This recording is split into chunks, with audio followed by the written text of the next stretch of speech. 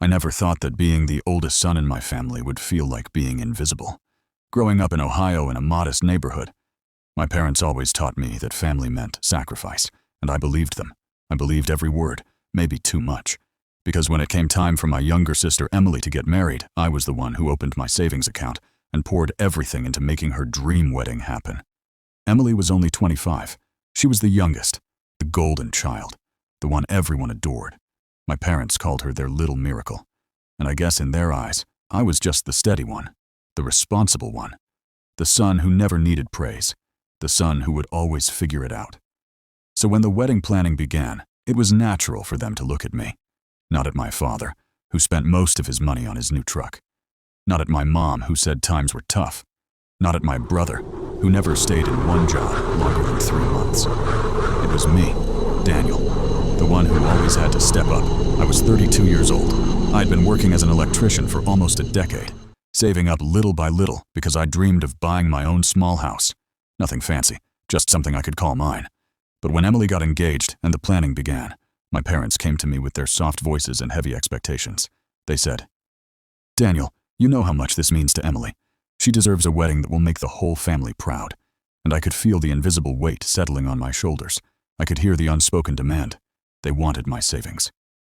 At first I resisted.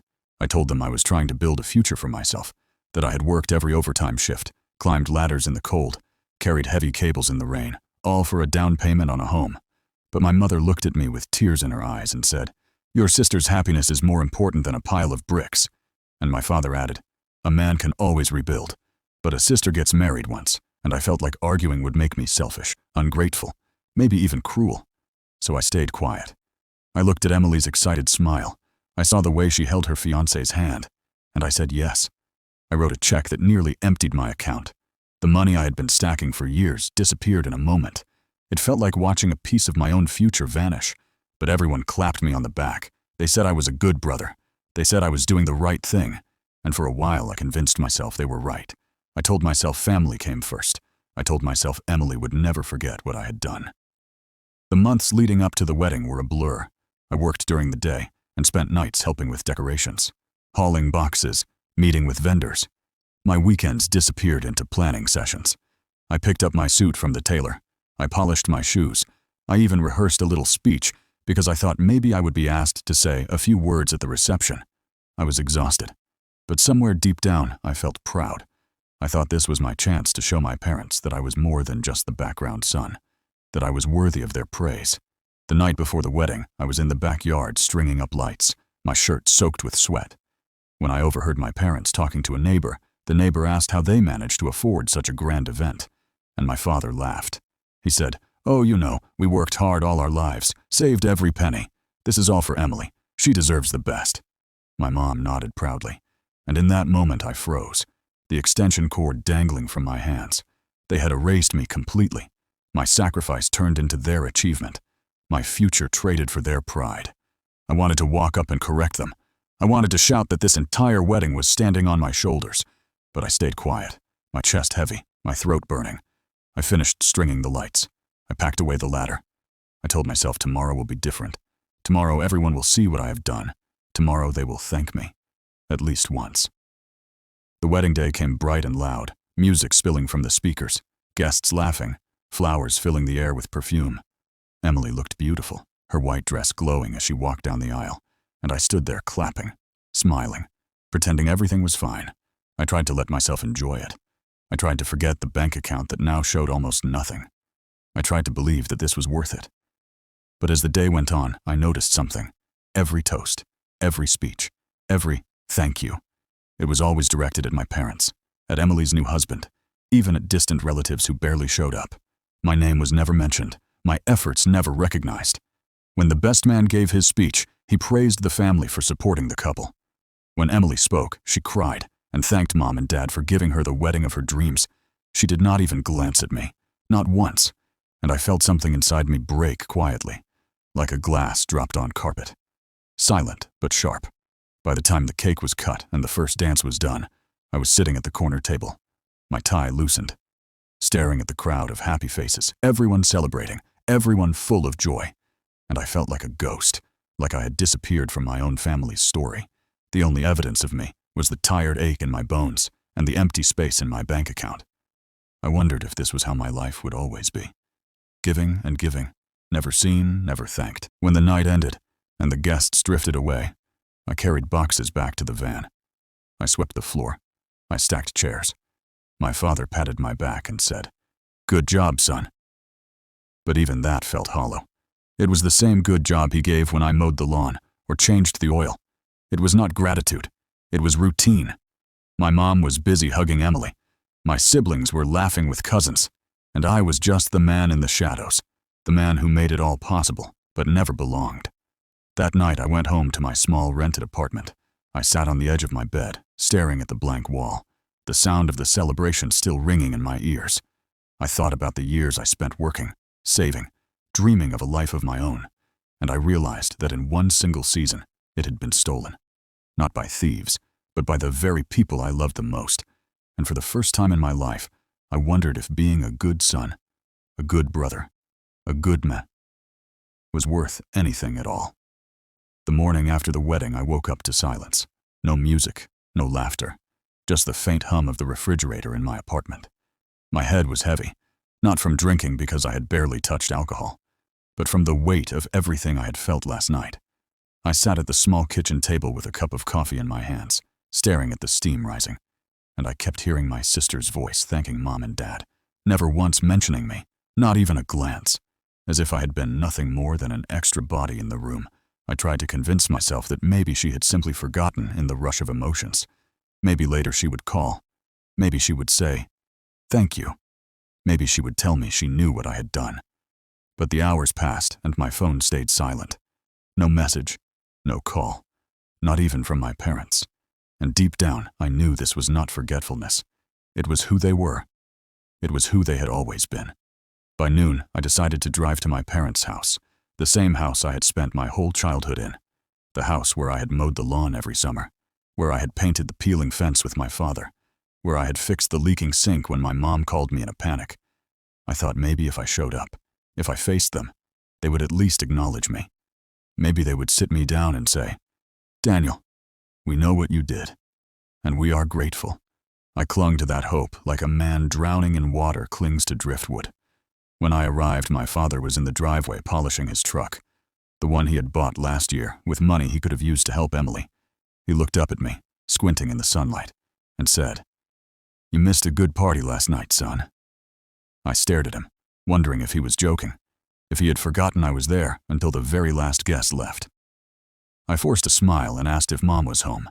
He nodded toward the porch where she was sitting with a cup of tea, chatting on the phone with one of her sisters. She waved lazily at me. Without even getting up, I stepped inside the house. The air smelled faintly of flowers and leftover food from the wedding. The living room was cluttered with gifts and wrapping paper, Emily's things stacked neatly in a corner waiting to be picked up. I stood there, surrounded by evidence of the event I had bankrolled, and yet it all felt foreign, like I was intruding in a place that no longer belonged to me. My mother ended her call and joined me, her smile wide, her eyes glowing with pride. She said, "Wasn't it beautiful, Daniel? Your sister looked like a princess. We are so proud of her." I swallowed hard and asked softly, "Did you ever plan to tell her who really paid for all this?" Her smile faltered for a moment, then returned stronger. She placed her hand on my arm and said, "Daniel, family doesn't keep score. What matters is that Emily was happy. We all did our part." All did our part. The words stung like acid. I wanted to scream that no one else had drained their savings. No one else had worked double shifts. No one else had canceled plans for years just to put money aside. But I bit down on my tongue so hard I tasted blood. My father stepped inside, wiping his hands on a rag. He added, "You'll get your turn, son. Your time will come. You just have to be patient." I looked at him and wondered what turn he was talking about, because right now, it felt like my turn was always to be invisible. I left their house that afternoon with my chest burning. I drove aimlessly through the streets of our town, past the diner where Emily and I used to eat pancakes as kids, past the high school football field where I had played under the Friday night lights, while my parents cheered louder for my younger brother on the bench than for me on the field, memories flooding back one after another, all painted with the same truth. I had never been enough for them, no matter what I gave, no matter what I sacrificed. That evening I stopped at the bar near my apartment. A dim place with neon signs buzzing and a jukebox playing old rock songs. I sat alone at the counter nursing a beer, trying to untangle the mess in my head. The bartender, a guy named Rick who had seen me around before, asked rough night. I almost laughed. Rough life might have been more accurate. I told him about the wedding. Not all the details, but enough for him to shake his head and mutter, They don't deserve you. His words were simple, but they hit harder than anything my family had said, because for once, someone actually saw me. Days turned into weeks. Emily flew off to her honeymoon in Italy, posting smiling photos on social media. My parents liked every single one, left comments filled with love and pride. I stared at the screen bitterly. Not one mention of me, not even a tag. My friends who had been at the wedding messaged me quietly, saying they had noticed I was barely acknowledged, saying they had felt uncomfortable. I thanked them, but brushed it off, pretending it didn't matter. But at night, when I was alone in my apartment, it mattered more than I could admit. One Friday, I went to visit my younger brother Mark. He was 29 and lived in a small condo paid partly by my parents. He greeted me with his usual smirk, beer in hand, and said, "Dude, you're still hung up about the wedding. Get over it. Emily's happy. That's what matters." I asked him if he would have given up his savings for her. He laughed and said, "Hell no, I'm not stupid. That's your thing, Daniel. You've always been the responsible one." His words echoed in my mind long after I left. The responsible one. It was like a curse, a role I had been trapped in since childhood. The one who cleaned up messes, the one who sacrificed quietly, the one who never got credit. The following weekend, I went to the grocery store, and there I ran into Mrs. Collins, our old neighbor from when we were kids. She was in her 70s now, walking slowly with a cane. She smiled when she saw me and said, "Daniel, I heard about the wedding. It must have been wonderful." I forced a smile and nodded. She tilted her head and said, "You've always been the one holding that family together. Your grandfather used to say. You had the strongest shoulders." I froze. The words hit me so hard my chest tightened. My grandfather had passed away years ago, and hearing that he had seen me, truly seen me, made my throat ache. I thanked her and walked away quickly before she could see the tears burning in my eyes. That night, I sat at my desk staring at my laptop. I pulled up my bank account again, the empty numbers glaring back at me, the future I had been building erased. I thought about all the overtime shifts, the dreams of a small house with a backyard, maybe a dog, maybe even a family of my own one day, and I felt like it had all been stolen, not by strangers, but by the people who were supposed to love me the most. And I realized something. This wasn't just about money. It was about respect, about value, about finally refusing to be invisible. I opened a blank document and started writing. Not a letter of anger, not a rant, but a record. Every dollar I had spent, every receipt, every payment, every sacrifice, line by line, detail by detail. I wanted the truth written down somewhere, so that no matter how much they tried to erase me, the record would exist. My part in this story would exist. I wrote until the early hours of the morning, my eyes heavy, but my mind sharper than it had been in years. For the first time, I wasn't just reacting, I was preparing for the moment when I would no longer let them take from me without consequence, preparing for the moment when Daniel, the invisible son, would finally be seen. The weeks kept dragging forward, but the heaviness in my chest refused to leave. Every morning I woke up with the same routine: make coffee, stare at the rising steam, wonder how many more years of being invisible I could endure. The city outside my window moved fast, people rushing to jobs, to families, to lives that seemed full, and here I was, 32 years old, with nothing but an empty account and memories of sacrifices no one cared to remember. One Saturday afternoon, I got a call from my mom. Her voice carried that soft, cheerful tone she used whenever she wanted something. She asked if I could come by because Dad was fixing the fence again and needed an extra set of hands. I hesitated. Part of me wanted to hang up, to say no, to remind her that I was not their handyman. But another part of me, the old part trained for decades, said, "Sure, Mom." "I'll be there." I hung up and stared at my reflection in the mirror, wondering why I still kept saying yes. When I reached the house, Dad was already outside, hammer in hand, sweat dripping down his temples. He barely looked at me, just pointed to the other side of the fence and said, "Hold it steady." I did as told. We worked in silence, the sound of nails hitting wood filling the air. Finally, he said, without looking at me. Emily called yesterday. She said she and David are already talking about buying a house. Can you believe that? I nodded silently, a lump forming in my throat. They were building their future with ease, while mine had been stripped bare to make theirs possible. After we finished the fence, Mom brought out lemonade.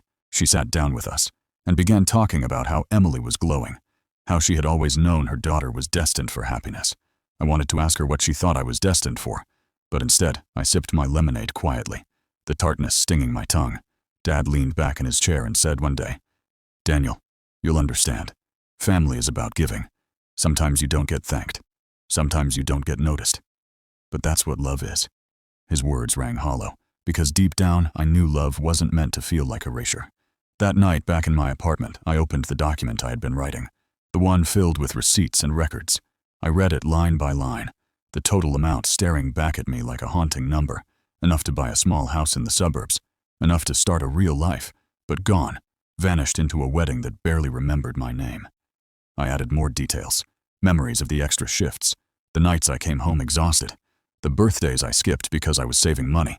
I poured it all into those pages, not because I thought it would change them, but because I needed it to change me. A few days later, I received an invitation in the mail. It was from Emily, a housewarming party. She and David had bought their first place. The envelope was sealed with a golden sticker. Inside was a photo of the two of them holding keys, smiling like the world belonged to them. I held that card in my hands for a long time, my chest tightening. I wasn't angry at her happiness. I wanted her to be happy, but I couldn't ignore how that happiness had come at the cost of my own dreams. I decided to go, not because I wanted to celebrate, but because I needed to see it with my own eyes. I needed to know if standing in that house would finally break me or finally free me. The night of the party, I wore a simple button-down shirt, nothing fancy. I drove across town to the new neighborhood, the streets lined with fresh lawns and newly planted trees. Kids riding bikes, couples walking dogs. Everything screamed of beginnings, of futures being built. I parked outside their house, a modest two-story with white siding and a red door, lights glowing warmly inside, laughter spilling out into the night.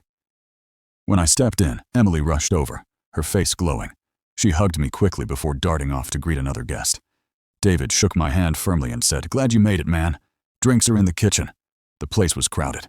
Friends, family, co-workers, everyone buzzing with excitement. I wandered through the rooms quietly, looking at the brand new furniture, the photos already framed on the walls, the future they were cementing day by day. At one point, I found myself standing near the staircase, listening as Mom proudly told a group of relatives how Emily and David had managed everything so well, how smart they were with money, how disciplined. My fists clenched at my sides, my nails digging into my palms. I wanted to step forward, to shout the truth, to rip apart the illusion. But I stayed silent, because deep down I knew the truth didn't matter to them. They had chosen the story they wanted to tell, and I wasn't part of it.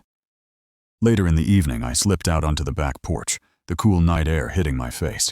I leaned against the railing, staring at the dark sky, and for the first time in a long time, I felt the quiet. Not as loneliness, but as clarity. I realized that I had been waiting my whole life for them to see me, for them to validate me. But maybe the real change had to come from me. Maybe the point wasn't to be seen by them, but to finally see myself. Rick, the bartender, had once told me, "They don't deserve you." His words echoed again. Maybe he had been right. Maybe my value had never depended on their recognition. Maybe I had been enough all along. When I left the party, I didn't say goodbye. I slipped out quietly, driving back to my apartment with the windows down, the night air rushing in, the road stretching endlessly ahead. For the first time, I wasn't thinking about what they owed me. I was thinking about what I owed myself. Back home, I opened the document once more, but this time I didn't just add numbers and memories. I started a new page, a new list, not of what I had lost, but of what I still wanted. Dreams that were mine alone, a house maybe, but not for them. For me, a dog, a career shift, maybe even travel. Things I had always put aside because I thought my role was to provide. I wrote it all down, not as fantasy but as a plan. I didn't know how long it would take, or how many setbacks I would face. But for the first time, the weight on my shoulders felt lighter, not because my family had changed, but because I finally had. The morning after Emily's housewarming party, I woke up with a different kind of silence. Not the heavy silence of being forgotten, but the stillness of a man who finally understood where he stood. I brewed coffee as always, but this time I wasn't staring at the steam waiting for answers. I was thinking about the list I had written the night before, the one filled with dreams that belonged to me and no one else. For once, I wasn't thinking about what my parents expected, or what Emily needed. I was thinking about Daniel. I decided to take a walk through the city. The sun was just rising, painting the sky with streaks of orange and gold. The streets were quiet, only a few joggers passing by. The world felt new, like it was offering me a second chance. I passed by a bookstore that had just opened. I stepped inside, the smell of old paper and fresh ink surrounding me. I picked up a journal with a leather cover. It felt right in my hands, like it was waiting for me. I bought it and walked out, determined to fill its pages not with sacrifices but with plans, with stories of my own choosing. That week I made changes, small at first. I stopped answering every call from my parents immediately. I stopped rushing to fix every problem they tossed my way. Instead, I focused on myself. I started running again in the evenings, something I had loved in college, but abandoned when work and responsibility consumed me. The first run left me gasping for breath, but it also left me smiling, sweat dripping, lungs burning, but alive in a way I hadn't felt in years. I also reached out to an old friend from high school, someone I had lost touch with because life had gotten in the way. We met for coffee, we talked for hours, and I realized how much I had missed connection that wasn't tied to obligation, friendship that wasn't built on fixing or sacrificing. It was refreshing, like a breath of air after being underwater too long. Meanwhile, Emily continued posting about her new life, photos of her home, dinners with David, vacations, smiles that looked picture perfect. I looked at them sometimes, but instead of bitterness, I felt distance, like I was watching a movie that no longer featured me, and that was okay. I didn't need to be in every frame anymore. I had my own story to tell. Months passed, and slowly the balance in my account began to grow again, paycheck by paycheck, dollar by dollar. It wasn't much yet, but it was mine, untouched, unclaimed, sacred. Every time I checked it, I felt a small spark of pride, a reminder that I was rebuilding not for them, but for me. Then one evening, out of the blue, Emily called, her voice softer than usual. She said, "Daniel, I just wanted to say thank you." I asked, "Thank you for what?" She hesitated, and then whispered, "For everything. For the wedding. For always being there." I was silent. Part of me wanted to finally hear those words, to let them heal the wounds. But another part of me knew that words alone couldn't undo years of being unseen. I told her, "It's okay, Emily. Just live your life. Be happy. That's enough." She sniffled and said, "I love you," before hanging up. I sat there in the dark, staring at my phone, tears filling my eyes, not because I felt fully recognized, but because maybe, just maybe, she was beginning to understand. That night I wrote in my journal again. I wrote about how love isn't supposed to erase you, how family should lift you up instead of pushing you into the shadows, and how even if they never change, I will, because I have to, because my life cannot be measured only by what I give away, but also by what I build for myself. And so, here I am, 32 years old, standing at the edge of something new. Not a wedding, not a housewarming, not an event that belongs to someone else, but a beginning that belongs to me. I don't know exactly what the future holds. Maybe I will buy a house, maybe I will travel, maybe I will fall in love, but whatever it is, it will be mine. And for the first time, that feels enough. If you have been listening to my story, if you have felt invisible in your own life, if you have given and given without being seen, I want you to know this: you are enough. Your value doesn't depend on their recognition. It begins the moment you start seeing yourself. And if my story resonated with you, don't forget to like and subscribe, because sometimes the smallest click can be the start of something bigger, something that belongs only to you.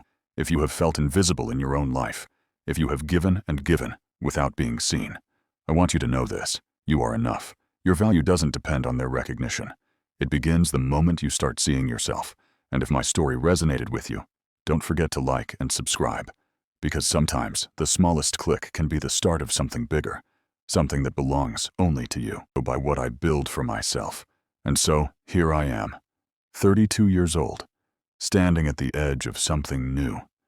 Not a wedding, not a housewarming, Not an event that belongs to someone else, but a beginning that belongs to me. I don't know exactly what the future holds.